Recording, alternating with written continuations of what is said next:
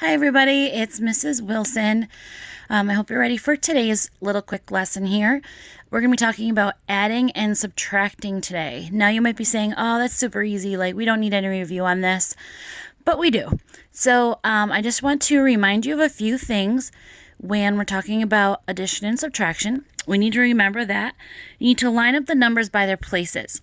So if you're going to be adding or subtracting, the hundreds place needs to be lined up with the hundreds place, the ones with the ones, the hundredths with the hundredths. And the easiest way to do that is to just line up your decimals as you go. Also, depending on what kind of problem you're doing, you need to remember that the order of the numbers, how you place them, which one's on top, matters. So we know that addition is commutative, so that can go either way. But when you're talking about subtraction, it's really important that you're placing the number that you're taking away from on the top. So we're going to do some example problems to get you through, and we'll talk about the other two rules that I wanted to remind you of. Your decimals need to be lined up, and you need to start to the right and with the top number. So we'll talk about that as we go through. So just 6 quick addition and subtraction problems to jog your memory. So I'm going to start with this one. I'm going to write these vertically. 138 plus 12. I'm lining up my ones places here. 8 plus 2 is 10. I'm going to write my 0. Regroup. So plus 1. 1 plus 3 plus 1 is 5. Nothing to regroup. So 1. So my answer there, my sum there. So addend plus addend gives me my sum is 150. Pretty easy. Now we've got some decimals. So here I have 12 and 3/10 plus 6 and 2/10.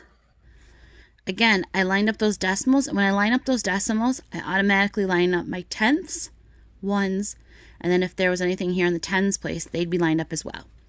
So first thing I need to do when I'm adding my decimal, bring the decimal straight down. 3 plus 2 is 5. 2 plus 6 is 8. 1 plus 0 is 1.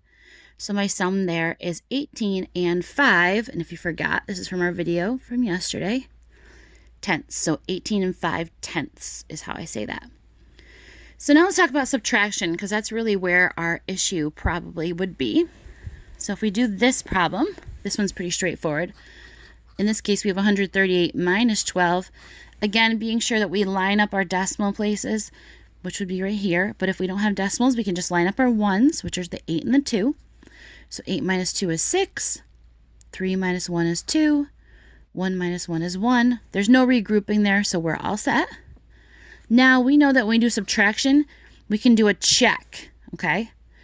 So it's important that we remember to do our check. So we're going to take our difference, 126, plus the 12, add them up, 8, 3, and 1.